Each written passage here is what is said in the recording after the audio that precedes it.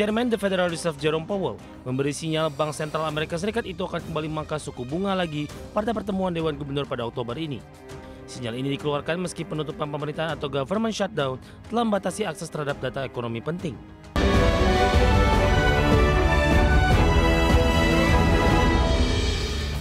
Terima kasih Anda masih bersama kami. Pemirsa, Chairman The Fed Jerome Powell kembali memberi sinyal pemangkasan suku bunga pada pertemuan bulan Oktober ini. Ya, Powell juga menyoroti perlambatan laju perekrutan tenaga kerja dan memperingatkan bahwa kondisi pasar kerja bisa melemah lebih lanjut.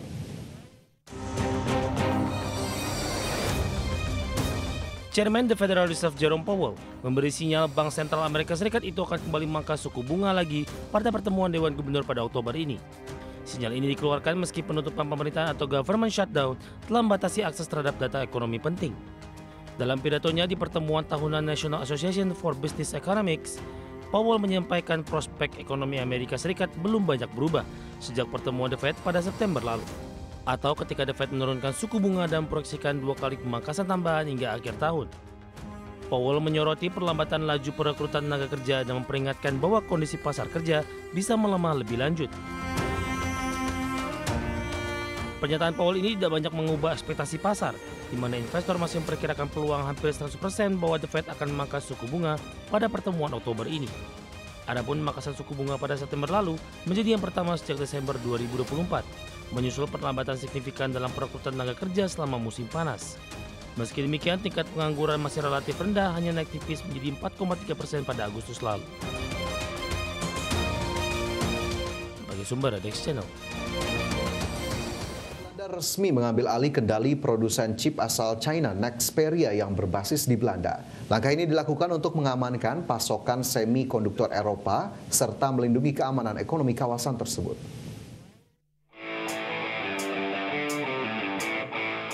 Pemerintah Belanda resmi mengambil alih kendali produsen chip asal China Nexperia yang berbasis di Belanda.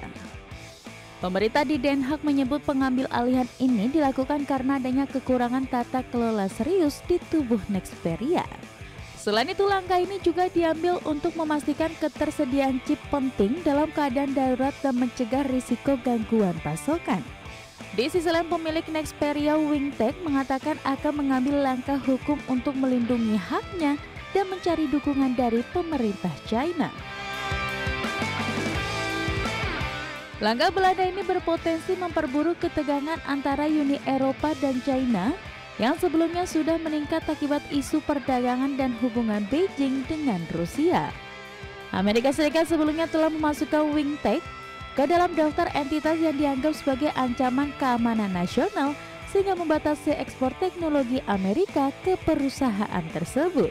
Sementara di Inggris, Nexperia juga pernah diminta menjual pabrik chipnya di Newport karena alasan keamanan nasional serupa. Adapun Kementerian Ekonomi Belanda mengatakan intervensi ini dilakukan di bawah Undang-Undang Ketersediaan Barang untuk melindungi kemampuan teknologi penting di Eropa.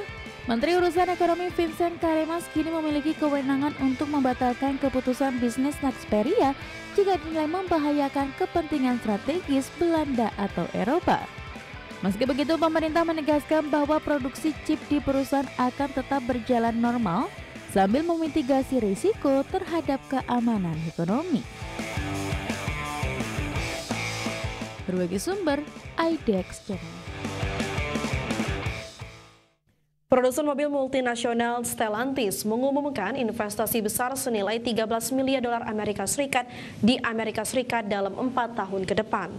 Langkah ini akan melahirkan 5 model kendaraan baru dan menciptakan sekitar 5.000 lapangan pekerjaan di kawasan industri Midwest. Produsen mobil multinasional Stellantis mengumumkan investasi besar senilai 13 miliar dolar Amerika Serikat di Amerika Serikat dalam 4 tahun ke depan. Investasi tersebut merupakan upaya Stellantis untuk mengurangi dampak tarif impor tinggi yang diberlakukan pemerintahan Presiden Donald Trump. Perusahaan memperkirakan tarif baru tersebut akan menambah biaya operasional hingga 1,7 miliar dolar Amerika Serikat tahun ini. CEO Stellantis Antonio Filosa menyebut langkah ini sebagai investasi terbesar dalam sejarah perusahaan dan menjadi bukti kesiapan menghadapi perubahan iklim perdagangan global.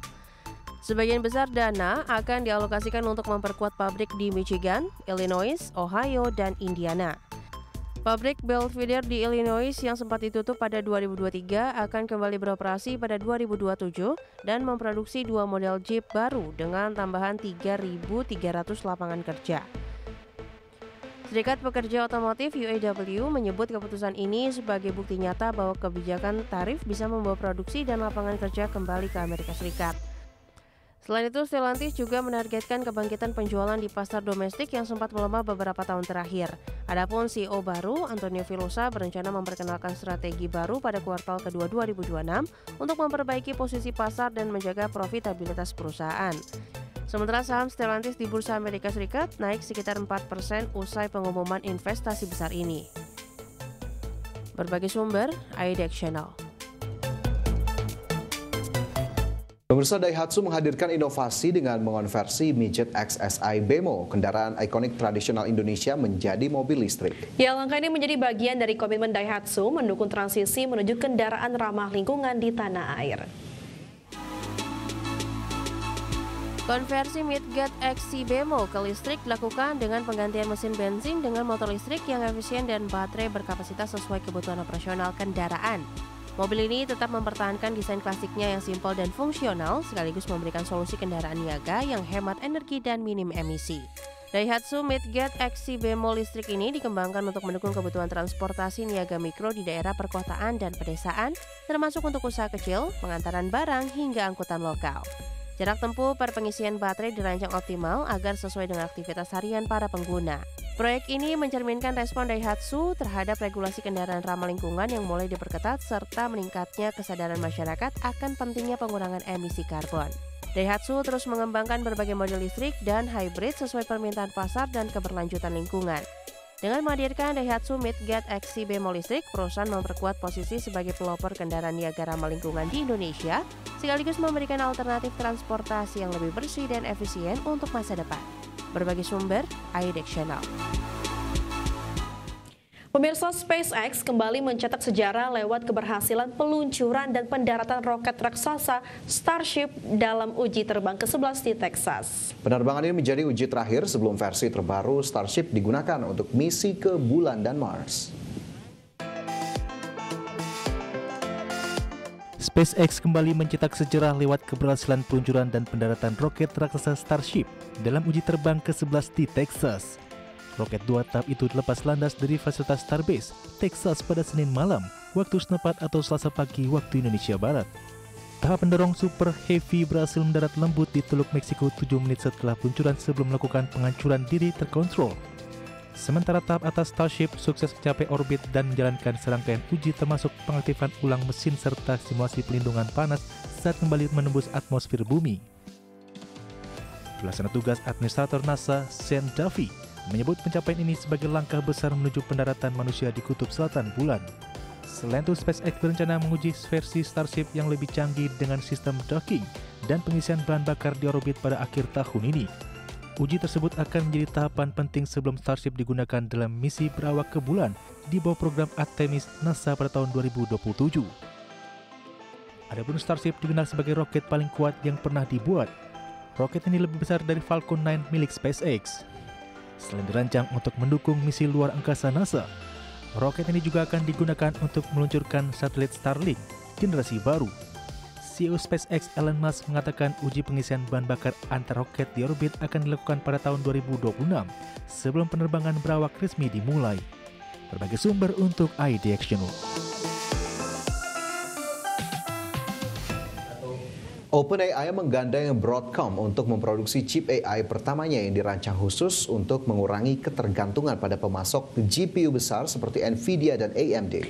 Ya, kolaborasi ini bertujuan memperkuat infrastruktur komputasi global OpenAI dengan kapasitas hingga 10 gigawatt. Kerjasama ini sudah berjalan selama 18 bulan dan kini memasuki tahap realisasi. OpenAI akan merancang chip akselerator AI dan sistem pendukungnya, sementara Broadcom bertugas memproduksi dan mendistribusikan rak server yang mulai dipasang pada paruh kedua 2026 dengan target rampung akhir 2029. Langkah ini memungkinkan OpenAI mengintegrasikan inovasi dari pengembangan model AI langsung ke dalam hardware, meningkatkan performa dan efisiensi. Dengan chip kostumnya, OpenAI bertujuan melayani permintaan komputasi AI global yang meningkat pesat dengan infrastruktur yang lebih hemat biaya dan scalable. CEO OpenAI Sam Altman menyatakan bahwa kemitraan dengan Broadcom merupakan langkah strategis untuk membuka potensi sepenuhnya dan memberikan manfaat nyata bagi masyarakat dan bisnis. Sementara CEO Broadcom, Hock Tan, menambahkan bahwa kolaborasi ini menandai momen penting dalam pengembangan kecerdasan buatan generasi berikutnya. Kolaborasi OpenAI dan Broadcom dalam memproduksi chip AI internal ini merupakan tonggak besar dalam industri AI. Proyek ini bukan hanya mengurangi ketergantungan pada pemain lama, tetapi juga menandai era baru kemandirian teknologi chip AI yang canggih. Berbagai sumber, iDeck Channel.